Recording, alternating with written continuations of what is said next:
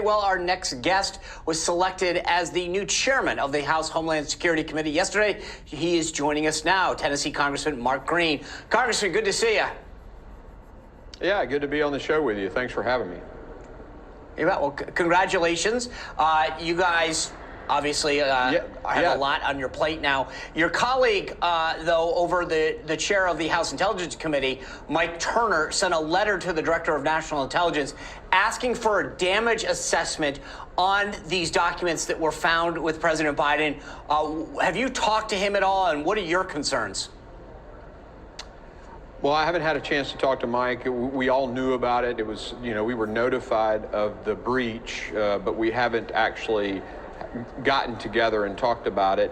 Honestly, the biggest concern is, this is TSSCI level stuff. And when I was a special operator or flight surgeon for a special operations unit, I had a TSSCI. It took me a year to get that. This is the highest level classification unless you go compartmented beyond that.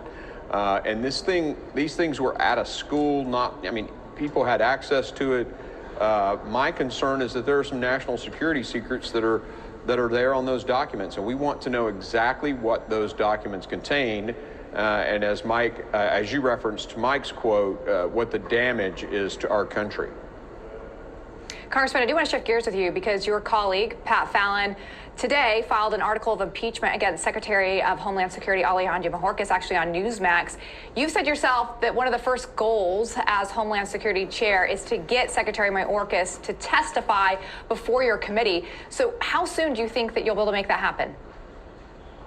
Well, what we want to do is build a little bit of the case first. We've got some whistleblowers that are coming to us. We're going to subpoena documents, a boatload of documents. All those letters are being generated to go out. And so I anticipate we'll probably see him in front of the committee sometime in February. But we've got a lot of homework getting those documents back from them. It's going to be thousands of pages of emails that we're going to read over and take a look at. So I'm guessing somewhere around February.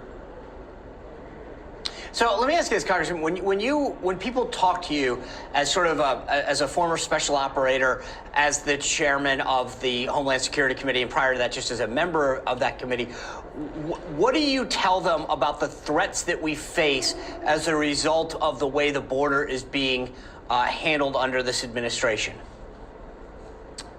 That is the bottom line question, and thank you for asking it. I haven't had a lot of people ask it that way, so thanks. The threats to the United States are many. You look at the terrorist watch list, the many people that have come across that should never have gotten into the United States. You look at the fentanyl that has killed 100,000, 107,000, and this is 21 data. We don't have 22 data yet.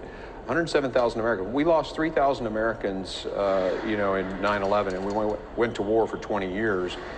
Those drug cartels are basically giving us a weapon of mass destruction that is killing Americans, and we have to stop it. There are other things like wrecks on the border from cartel drug carriers fleeing the Border Patrol. We've seen Americans killed that way. When I was on the border, I saw images from the day prior where a mother and a child were killed when T-boned by a drug runner, basically going 120 miles an hour down the road. You think of things like just the dollar cost, the uncompensated health care of our ERs, the increased incarcerations in our jails, auto insurance going up, social services, lost jobs to Americans and the cost of social services for that. It's enormous price tag and an enormous human price tag for Americans. Let me ask you this, Congressman, because we have President Biden right now in Mexico meeting with President Obrador there. Are you confident that Mexico will be a good partner to the U.S. in stopping these cartels? No, this president is so incredibly weak. After Afghanistan and just the way he's handled that debacle resulted in, what happened in Ukraine with Russia. I think the world is just looking at this guy and saying he's weak. So Obrador's apparently offered 30,000, that he'll take back 30,000 on a modified MPP program. That's not even going to get close. We had 8 months this year 8 months, over 200,000 people coming across our southern border, and that's the accounted, not the gotaways, right?